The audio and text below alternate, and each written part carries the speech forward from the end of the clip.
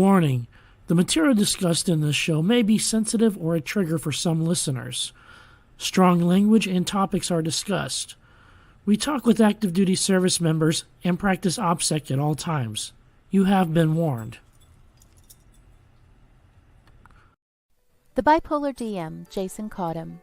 His show talks about Dungeons and Dragons, indie writing, and living with a mental illness, in particular bipolar disorder, borderline disorder, and major depression, among other diagnoses. Check us out right here on Saturdays, 7 p.m. Eastern, also on WLFE-DB.com, and wherever else you listen to podcasts. So take a seat, sit back, and get ready for the Bipolar DM. Welcome to the Bipolar DM Show on WLFE-DB Radio. I am your host, Jason, the Bipolar DM, and this is a show about Dungeons and Dragons, indie writing, and living with a mental illness, in particular bipolar disorder, borderline personality disorder, and major depression, among other diagnoses. If you want to get a hold of us, you can reach us by email at thebipolardm@gmail.com. You can also visit our webpage, www.thebipolardm.com. We are available on Facebook as well. You can go to WLFE-DB Radio Network and find us there. Also on WLFE-DB Variety Unlimited. Our Facebook page for the show is also at Bipolar DM. That is the handle for that. And if you want more information, you can see us on Strim TV and also WLFE-DB.com. We're a proud supporter of Safe Space. If you're not familiar with Safe Space, this is a virtual safe space where you can come to if you're in crisis. We're not doctors, we're not psychiatrists, we're not here to solve your problems, but we are here to listen. And if you're in crisis or you're having a rough time, reach out to us and we will get you hooked up with resources. If you go to WLFE-DB.com and click on the Safe Space button, there you'll get connected with several resources that are available. Coming up, we have want to also mention our Patreon. We are proud to have Patreon and Patreon supporters, especially our number one supporter, Siobhan. Thank you so much for your support. It means a lot to me, your monthly donation to help keep the radio show going. If you're interested in becoming a supporter of this network, of this show, please go to patreon.com/thebipolardm. There you're going to find several different levels of support. We have goodies available for each level. From buttons and stickers all the way up to t-shirts and hoodies. And so please check that out. In today's show, we are going to have Miles Sandoval on with us. Really excited about this, and let's go ahead and bring her on. Hello, how are you doing? I am quite well. Thank you for asking. Excited to talk today. Yes, very excited to talk with you, especially with what you have going on. Just kind of let everybody know that you are a doctor in physical therapy and that you use Dungeons and Dragons in a therapeutic session in several different manners, not just with play therapy, but also helping those that are in recovery and other things. So let's go ahead and start off with just talking about your professional background. What is your professional background? So you're absolutely right that I wear a lot of hats in that sense. Mm-hmm. And at the same time as my original training was as a physical therapist, at the same time, I had been active with the local meditation community and seen a lot of benefit there. And I had also been playing role-playing games like Dungeons and Dragons for some time. And, my little brain was scheming about ways to bring these things together or ways to better integrate these different aspects of what I was interested in, one, and two, what I very much believed could be beneficial to the right people. So, on a day to day basis, I offer recovery coaching to individuals who are either questioning their relationship with an addictive substance or behavior, or who have a history of an addictive substance or behavior use and are working towards recovery on their own path.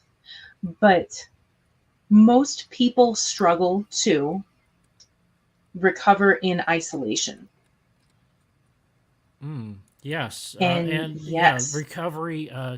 Yeah, that is one of the natures of the beast. Is we those that are in recovery tend to isolate themselves, which is a very bad thing to do. When you're trying to do it alone, and so totally understand that. And so, how did you get? Well, first of all, how did you get into the professional field that you're in? You're in. so it came from a variety of interests, and as well as connecting with other people like yourself who have similar passions and who also see the benefit in modalities like Mm-hmm. Dungeons and Dragons. I was actually working at a clinic where I was lucky enough that the director of rehabilitation there was also very passionate about Dungeons and Dragons. And Oh, so we both got trained by the nonprofit Game to Grow, which yeah. mainly focuses on using Dungeons and Dragons as part of, for example, social skills groups and other therapeutic modalities.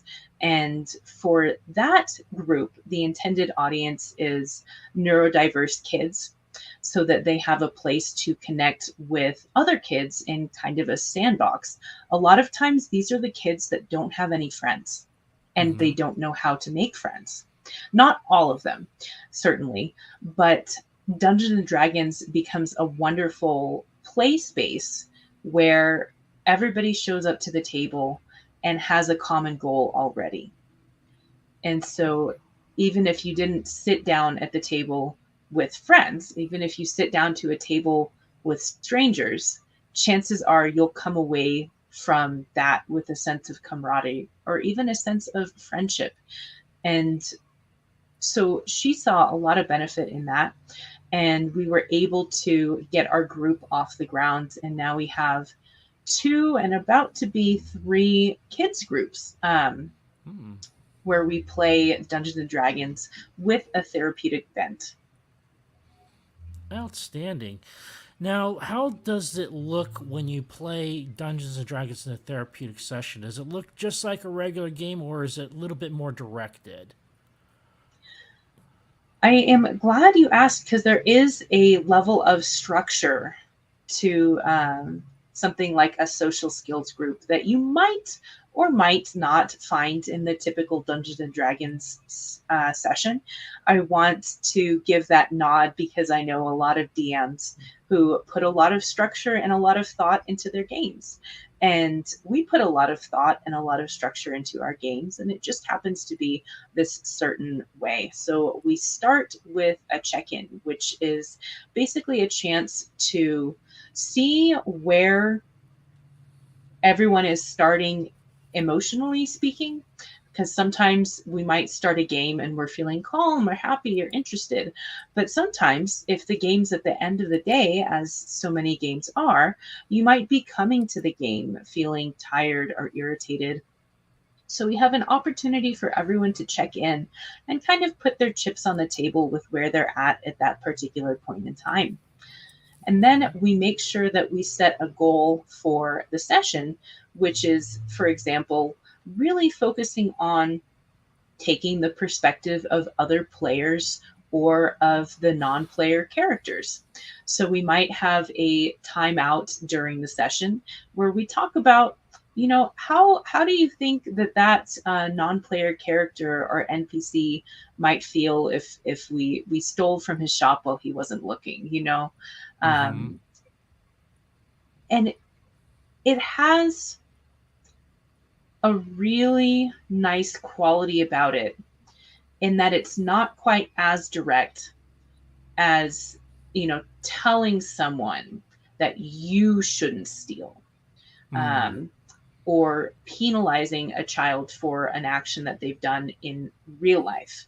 because it is this imaginary world, and yet we can see into the thought processes behind the actions that the players choose for their characters, and kind of talk about, that's interesting.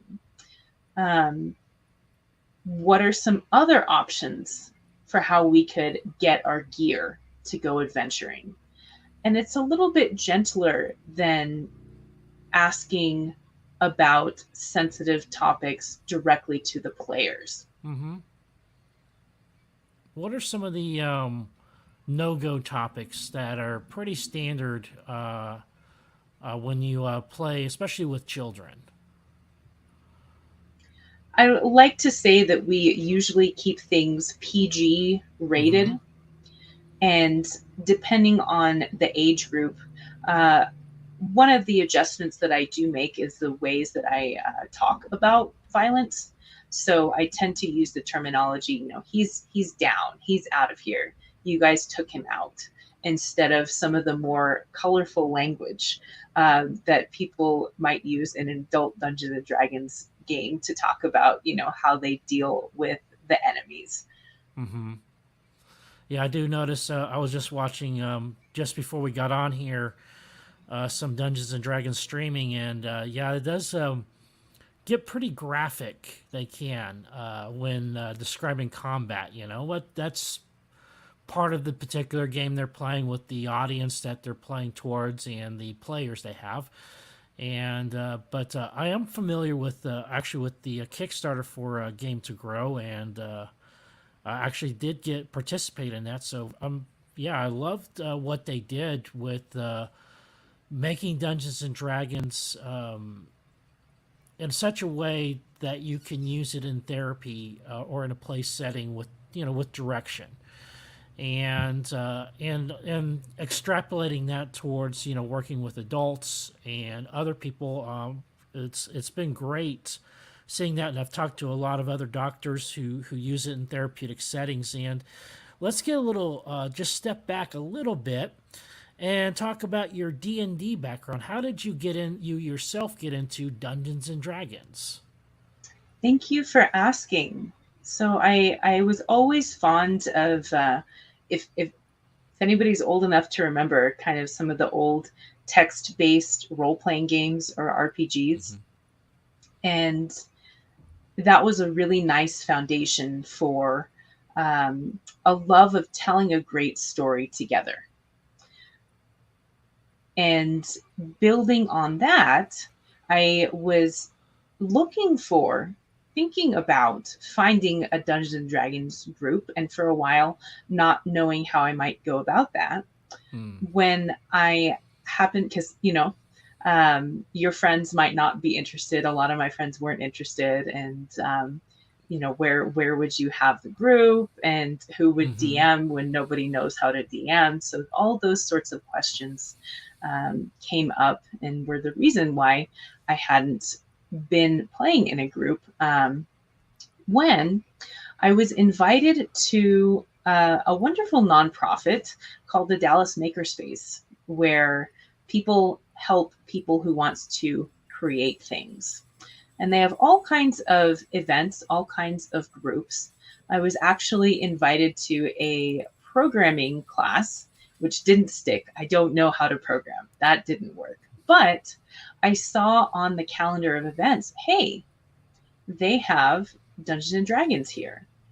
And so I walked in the first day, kind of with my character sheet set up and ready to show up and play. And it ended up being such a great group that even after we had moved, we stayed connected to the same group.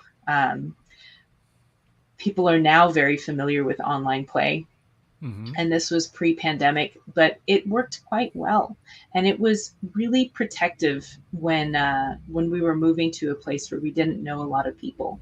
I knew that one day a week I would be able to connect with people I knew and people I cared about, doing something that I loved. That's great. Now, now stepping back forward, what are some of the benefits of playing Dungeons and Dragons? Oh, so that's a big question. That's a lot that we could list. But when I think about the main benefits of playing in a Dungeons and Dragons campaign, I first think about the magic of semi-structured social time. Most people benefit from having some kind of social time in their lives, but it's hard to it can be hard to socialize as an adult, especially when um, different demographics kind of do different things to socialize. And it can be hard to step into one of those groups if, for example, you don't know how to play golf, or you're not a fan of fishing, which I know some people do as a social activity.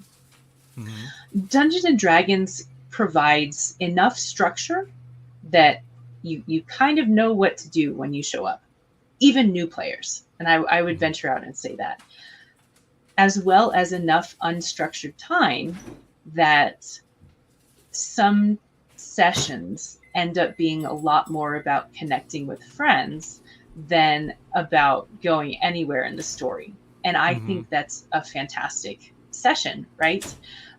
Sometimes you need that spending an afternoon with friends. So we have semi-structured social time, and we have, with any luck, the consistency of the group, which I think a lot of us realized at the beginning of the pandemic, that these kind of circumstantial social groups that we had, coworkers, people that you see at your kids' soccer games, kind of other parents, these circumstantial social groups can actually be really protective. It's comforting to see the same, as long as you like them, it's comforting to see the same people week after week after week. And it can be an opportunity to build very real, very meaningful relationships. And I think we benefit from having these relationships. They become something that you can fall back on when things get challenging. And that way, when you have those relationships, it's not as hard to reach out for help from somebody you know as compared to somebody you don't know. Right. Now when the pandemic struck, how was the transition from in-person groups to virtual groups? How did that come about? We had to, Yeah. and we had to do it fast. I very much believe that if we lost our momentum, we could lose a lot. We could lose a lot of people. And fortunately, I had the experience of kind of porting into a physical game before. And I had the experience of connecting with people online, which is actually one of my preferred ways to connect with people. And so very quickly we started brainstorming, and we didn't miss a day. So I felt like that was a very important measure of consistency, was, what platform are we going to use? How are we going to connect with people? Do we, mail out physical dice so people can have that tactile stimulation? All right, let's do it. And there were certainly some growing pains of figuring out the best online system that was going to work for us. And figuring out how all this was going to work. But the consistency was very protective in getting that online very quickly in time for the pandemic. Yeah, it was, the virtual tabletops and stuff like that fortunately did exist before the pandemic, which was a great boon, because they were ready. Well, they weren't ready.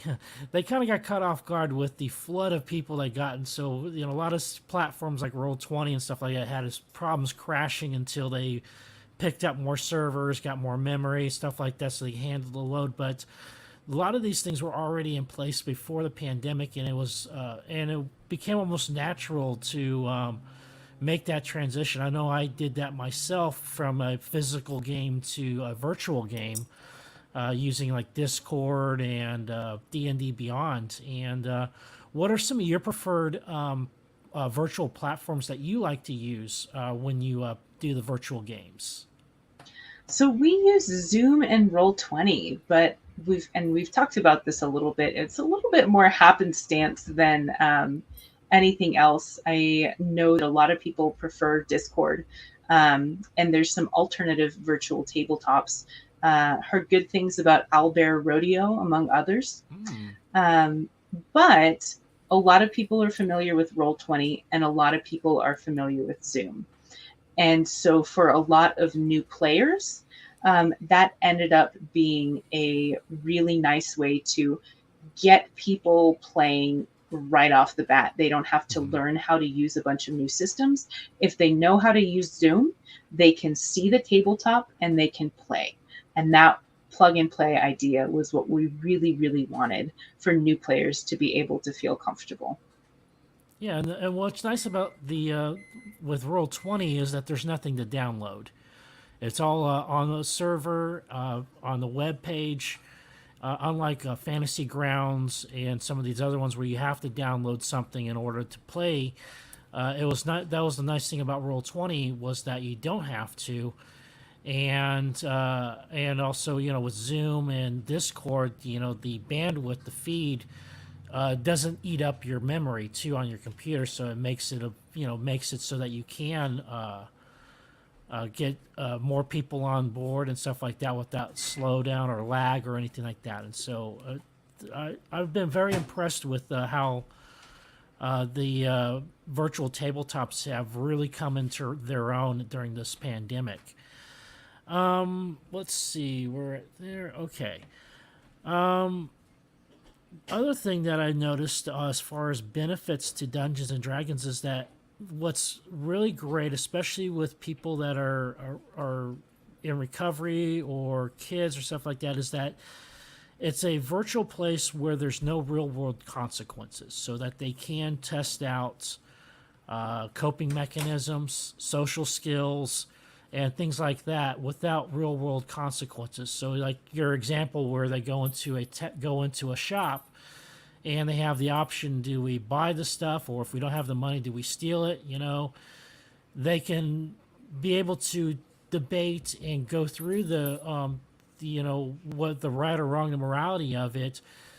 And also if they choose to steal, if they get caught, it doesn't affect them in real life, although in the game there is consequences. So they, learn about that. And so that's one thing that I've noticed too that's been great about using Dungeons and Dragons in a therapeutic matter.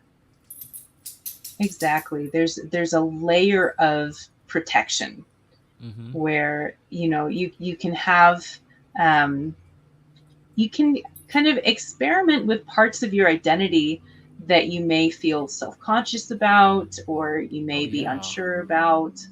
And you get that feedback in the game of like, wow, that really didn't go over well. Okay, that's good information. Or, hey, people like it when I let my funny side out, or when I joke around a little bit more. That's a useful piece of information too. Yes, and that's what's so great about it is that. And I had another question that was right in the back of my mind, and it just went out there. So let's go ahead. We're going to take a quick commercial break, and then when we're going to come back, we're going to talk a little bit more with what's some of the things that you're doing now, such as Roll for Recovery and working with the Phoenix. So let's go ahead and take a quick break, and we'll be right back.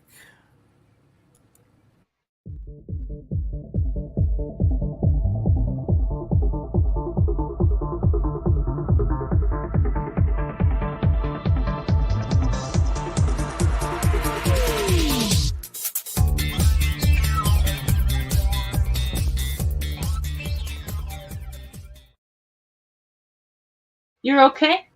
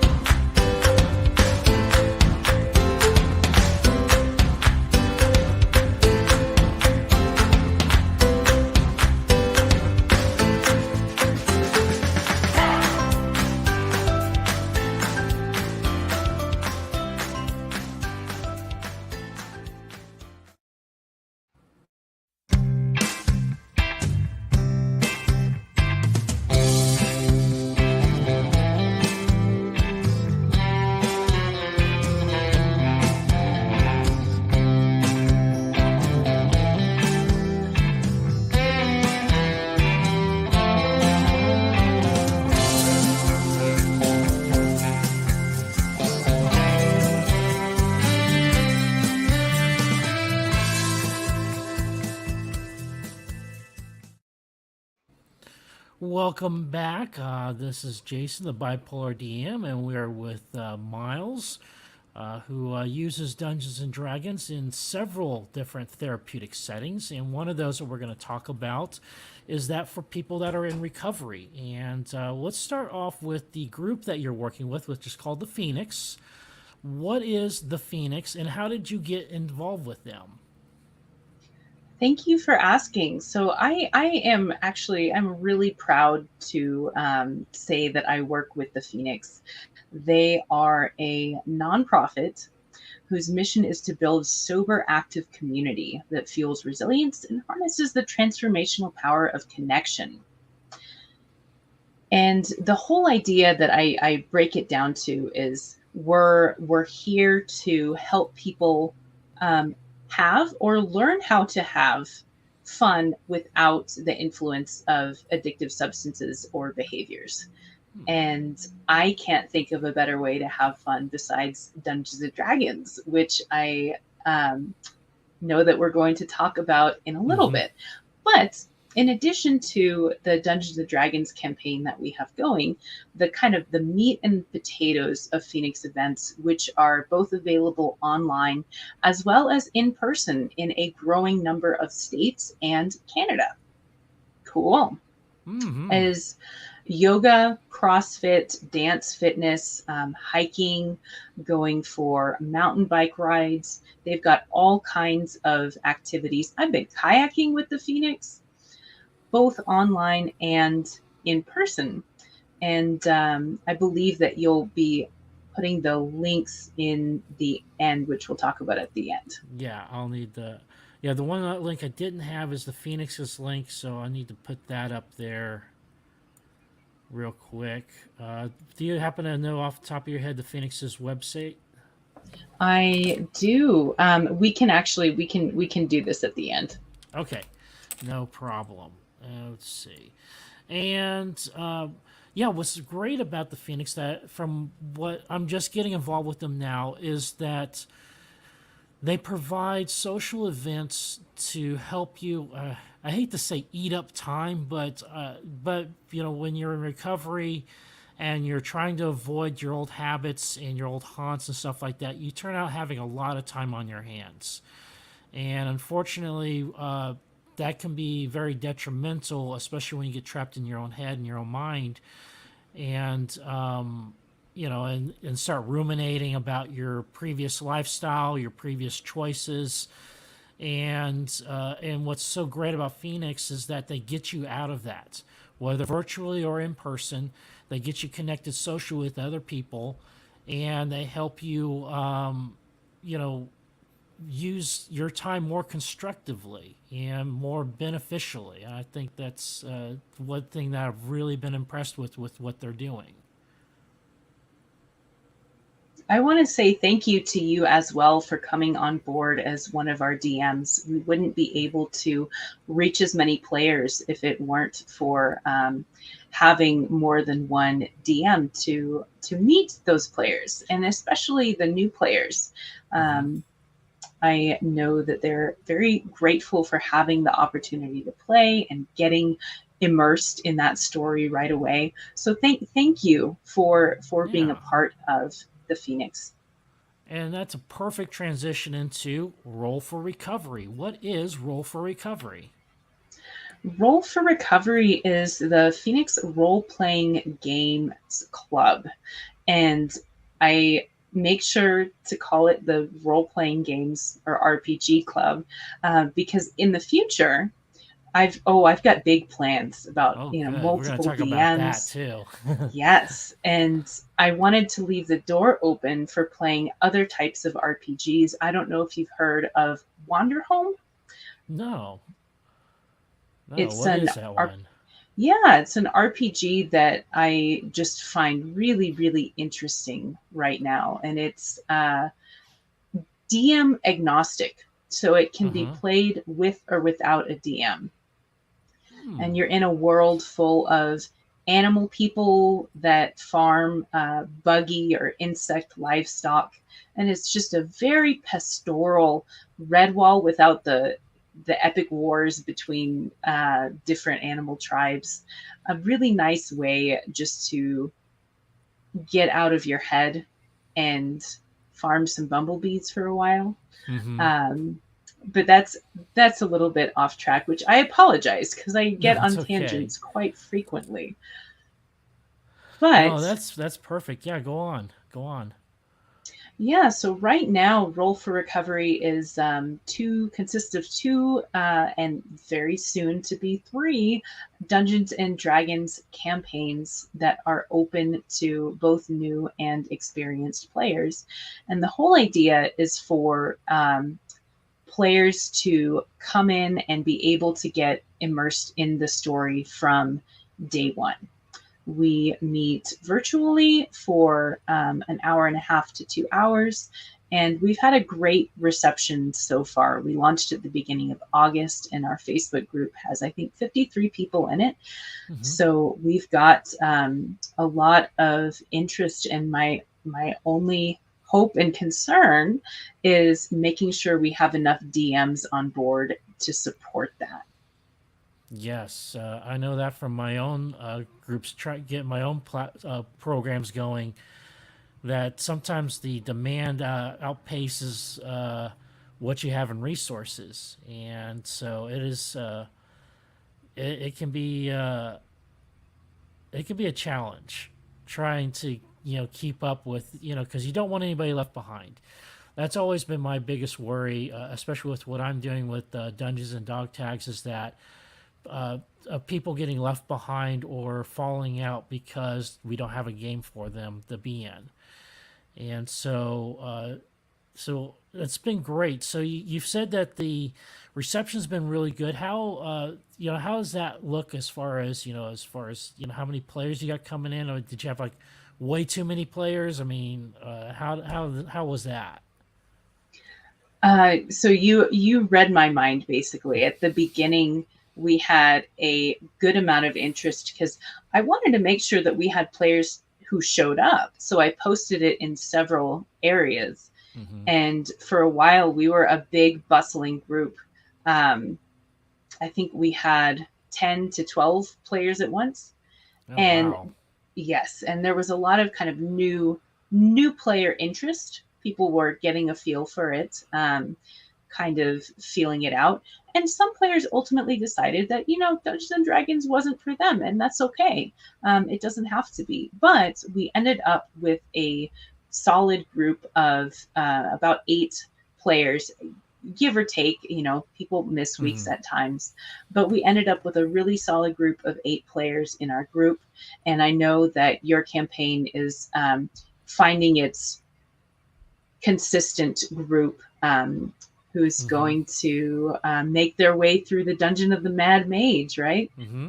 Yeah. Yeah, we have right now. We got 3 great players. 2 of them are in Vietnam. All veterans. I run a veterans only group, so in there, just because, not to take away from what you're doing, but or anything like that, but we have our own culture as veterans. We have our own way of talking. A lot of F words is involved. We have, we can use the F bomb in 27 different ways and with different meanings.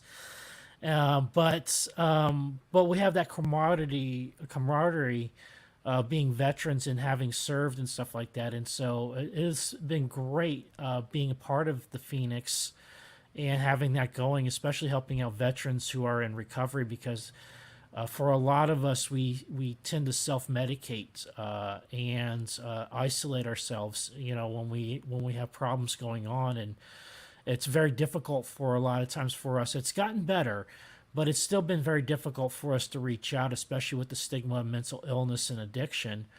And so I've been very very happy with how things have been going with the Phoenix and with working with Roll for Recovery. It's been great, and I'm really happy that you have another DM that's coming along, about ready to start another game, and that we're poised for another growth spurt. And it's been a wild ride. Been enjoying every bit of it. I'm really glad to hear that, and in no way is your campaign kind of taking away from the mission. I feel like it really augments the Phoenix mission as well as that of our little RPG club, because the veteran population is not one that I can connect to in that way. Hmm. I can connect to often folks working in the healthcare field. I connect easily with last responders. I did that for a long time. That was my first career, Hmm. but I can't connect to the veteran or active duty population in the same way. So I'm really, really grateful that we have you on board to be able to connect to that population. Yeah, and I've been very happy to do it too. I got a lot of time on my hands, and so it helps me greatly to be able to host these games and to have something to look forward to each week. And the guys that I'm working with right now are all fantastic. We've been having a blast with our campaign. Looking forward to picking up some more players too. We're working on that. So, but how does Dungeons and Dragons help in sober living? So that is an excellent question. And it goes back to some of the benefits that we talked about earlier, but also it stands in its own right. You touched briefly on how important it is to have something to look forward to. A lot of folks make their way through the week thinking about the weekend, right? Mm-hmm. And one of the most common activities to do on the weekend is drinking. Um, it's asking a lot to ask people to take something out of their lives without replacing it with something Mm. else. And I love Dungeons and Dragons because it is something that you can look forward to. And it is something that you can spend as much time as you want preparing for. Sometimes we'll have our kids in the kids campaign, we'll ask them to draw their character from one week to the next, or ask them to make something from Heroes Feast and take a picture, the Dungeons and Dragons cookbook, to Yep. see how it turns out. And you can spend as much time as you want immersed in a very colorful, very imaginative world of character development, of world creation. And it can be incredibly beneficial in a day and age when a lot of what people do is consumptive. So Mm-hmm. the average person does a lot of consuming media and not necessarily a lot of skills or activities that involve creative generation. And that's really concerning to me because I know that when I do a lot of media consumption to the point where it becomes out of balance, it almost feels like my creativity button is broken for a minute. Um, and there's such possibility when we're thinking in that creative space. And when we do that with other people, it almost comes together like magic in a way that's hard to describe. But people can build, players can build off other players Mm-hmm. as well as building each other up.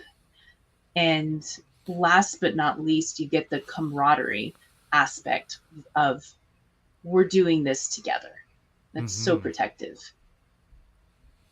Yeah, and that's one of the things I do love about that. You know, the creative aspect, but also the social aspect too, and the connections that you make with other people, especially when you have a common enemy or common foe or common task that you're working together to overcome.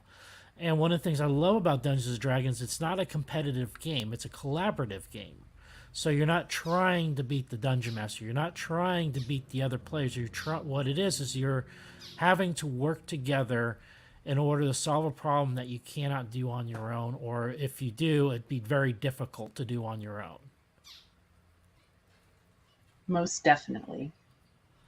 So, um, kind of going back a little bit on your experience with Dungeons and Dragons. Is fifth edition the only version that you've played with, or have you played with other versions of Dungeons and Dragons? So fifth edition is the only version that I have played, regrettably.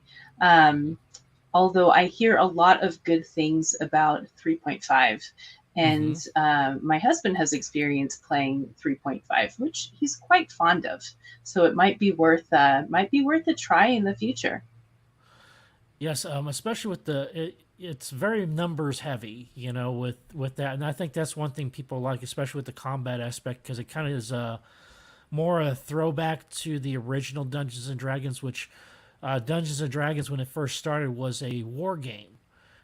From working with miniatures and large unit tactics, and Gary Gygax and his friends had developed a small unit tactics where you're working with individual characters in a fantasy setting, but they still had that flavor and a lot of the dice rolls based on the war tactics that were before. And with fifth edition went away quite a bit from the combat and went more towards the role playing. And I think that's what has made it a lot more easier for new players to get involved, because there's not a lot of numbers and math that they have to know.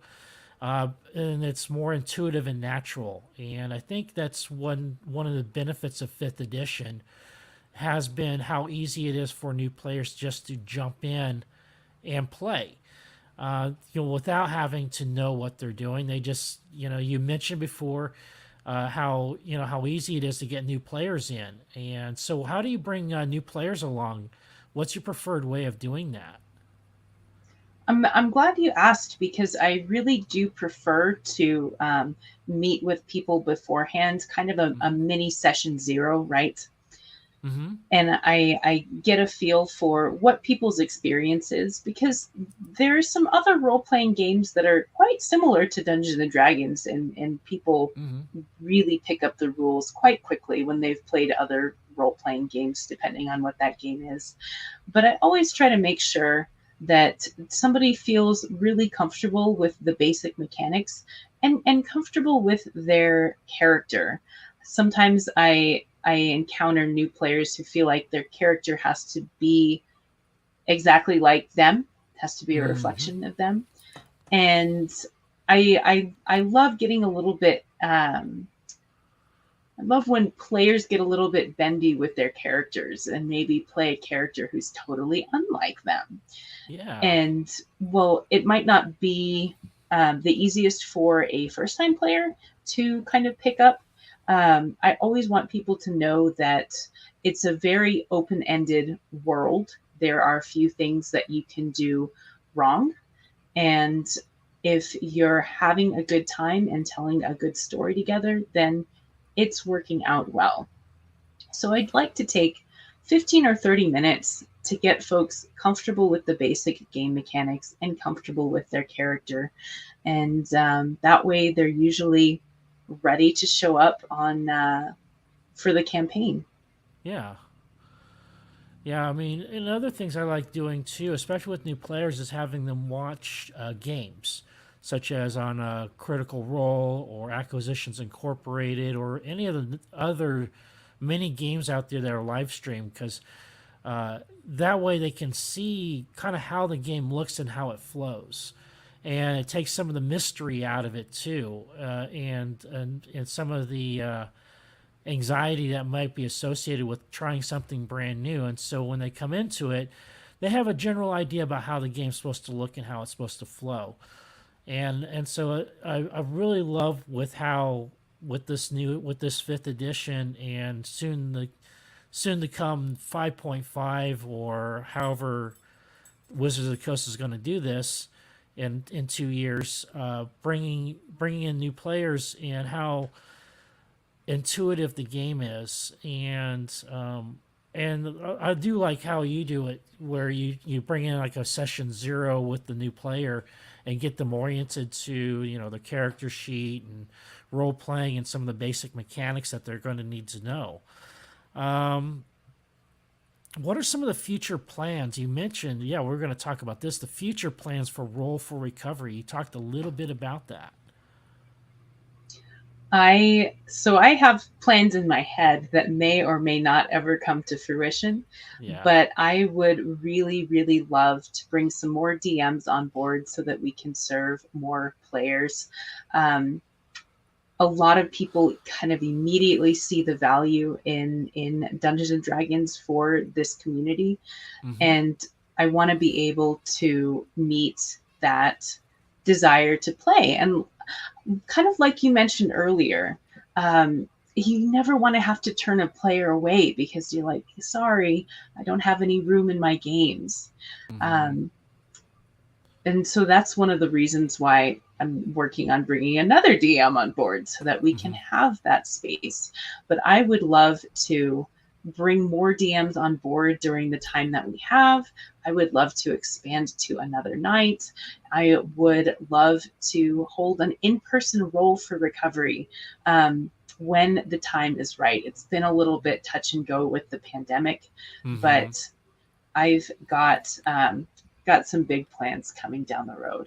We'll see what happens.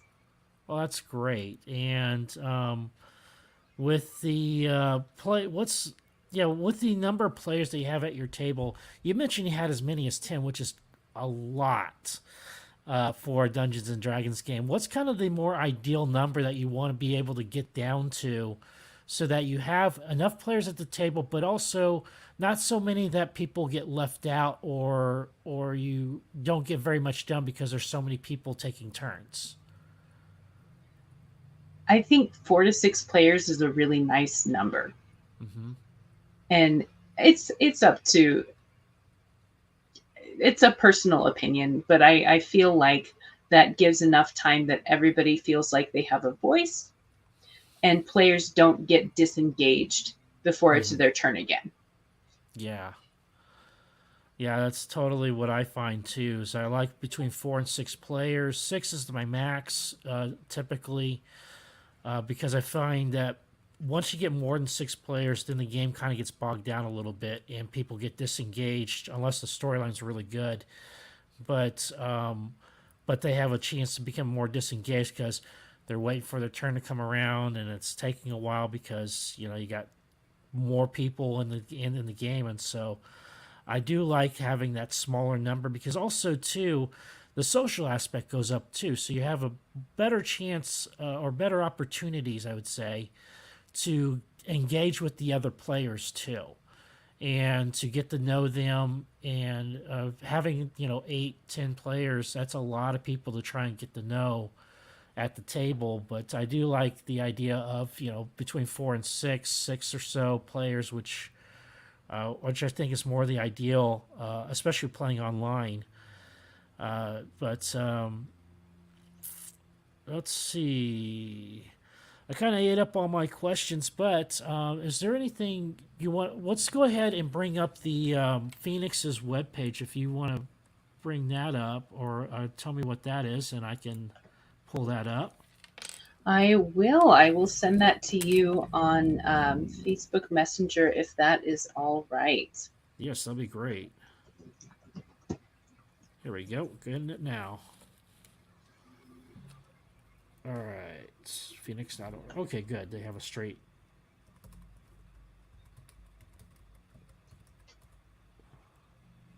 And I would love to see viewers in the room on Tuesday. We can always have spectators for new players that want to get Mhm. acquainted to the game and get their bearings, like you mentioned, which is so beneficial. Yes. Yeah, that's also great too. Is that with that is getting to have the opportunity of people just to watch, which is something not a lot of people are not aware of, that they could just sit in and watch a game too if they want to without participating. And I think that's great that you provide that opportunity too, so that they feel more comfortable jumping in or staying in the background. But I like that how you do that, where you allow people to just come in and watch the game as well. It can be kind of nerve wracking to not know what you're getting yourself into. and to feel like you have to jump into it with 2 feet. um, I can Yeah. definitely see how watching can be a nice way to figure out if it's something that you want to do in the first place. And we've had some spectators like that where they don't know what Dungeons and Dragons is. Maybe they've heard about it, maybe they have a family member who plays, and they watch, get a feel for what it is, and decide that it's not for them, and that's okay too. Yeah, and I like that that gives a soft sell, I would like to call it, instead of a hard sell on getting people involved in the game. And how many people you figure you get that just watch the game end up coming in and playing versus those that say, "Oh, this is not for me." So we've had a number of spectators, and we've had a couple people that want to be spectators and watch it kind of like Critical Role. Hmm. But we've also had a couple players who spectated for a couple sessions and then asked me in between sessions, hey, can I play this week? And I always want to be able to say, of course, which is one of the reasons why we've been finding that balance of having enough DMs for the players that we have. Yeah. Yeah, and how is that recruitment going for them? What's the best? If somebody's a dungeon master and like to get involved, what would be the best way for them to do it? Would that just go to the Phoenix's website, or is there a better way to get a hold of you? The best way is to get in contact with me directly, which you can do at my website. Oh, I got that, Dr. Miles, right here. There we go. So yes, there's your website right there, and that's a great way to get a hold of you if you are a player or a dungeon master wanting to get involved. Now, for fair disclosure, you even if you're a dungeon master and ready to go, you can't just jump right into it. There's a couple hoops you got to jump through. And why don't we discuss that real quick? Some of the things that working with the Phoenix that they need to do before they're able to host a game. So one of the things that makes the Phoenix really special, in my opinion, is that all activities are designed to be fun, but also emotionally and physically safe and supportive, Mm-hmm. inclusive, and accessible. And there's a couple trainings that we ask new volunteers to go through just to make sure that they are acquainted with kind of that frame of mind for running the game. Just Mm-hmm. because you can have a bad experience with Dungeons and Dragons, and it's something that can happen, but we work really, really hard to minimize the likelihood of that happen, of running into a triggering situation in the game and Mm-hmm. having that ruin your game experience, by making sure that the DMs are aware of looking at things through that lens. And if I recall correctly, it's a 2-hour training. It's Mm-hmm. online, and then you touch base with one of the volunteer coordinators, and then you're good to go. So I would love to hear from DMs who are interested in DMing for a good cause. This is a great one. And if memory serves me correct, there's also a background check too. Is that correct? If I recall correctly, yes. Yes. So, and that's of course for the safety of the players that are getting involved. As far as I know, I don't think there's anything saying if you got some on your record, it's going to keep you from doing it. But they kind of need to know who they're bringing in to run these games, and so there is a background check involved as well, at no cost, of course. But they do a very thorough checking and vetting process with the Phoenix, which is one thing I was very impressed with. Was how they do their vetting process and their training too, with getting knowing the principles of the Phoenix, some of the background information about the history of the organization, and what they do and what they don't do, and stuff like that. And so there's some There are some rules before coming into the game, such as, was it 48 hours of sobriety Yep. So is one of them? yep, all Phoenix events are free to enter, which is one of the fantastic things about the Phoenix. And the ticket that gets you in the door is 48 hours of continuous sobriety. Yeah. So, and that doesn't necessarily say, if you haven't done the 48 hours, no, you can't do it. You just got to wait until next week or whenever the next event is. But that gives you something to stay sober for. And I think that's what's really great about it, is that it gives you something that, all right, I'm going to not pick up that drink or pick up that needle because I got something to look forward to. Instead of, just debating within yourself, the right or wrong of it, you actually have something tangible that you're looking forward to that helps keep you clean and sober. So let's see. All right.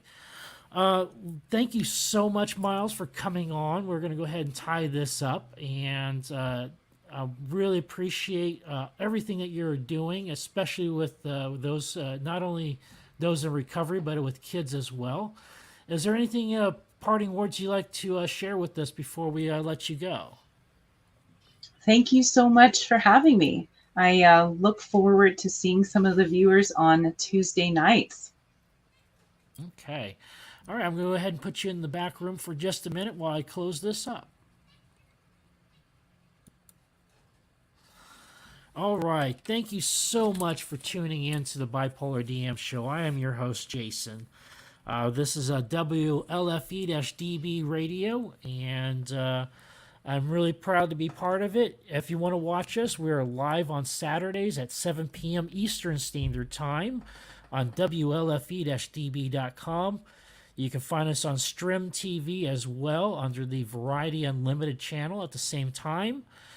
And, of course, you can go to Facebook and find us at Bipolar DM, or do a search on YouTube for the Bipolar DM. And we're on Twitch TV as well. So it's twitch.tv/the Bipolar DM. So those are some of the places you can find us. Again, if you want to get a hold of us, our email is thebipolardm@gmail.com, or go to our webpage, www.thebipolardm.com. There you'll find previous episodes of my podcast, links to my live shows, as well as resources on indie writing, Dungeons and Dragons, and mental health. Let's see. Next week, we don't have a list yet as far as what we got going on next week, but we will have a show next week. And I'm working on finding a guest for that. But if you'd like to be a guest on our show, please reach out to me at thebipolardm@gmail.com. And thank you again for tuning in to the Bipolar DM Show. I am Jason. And remember, everybody, take your meds.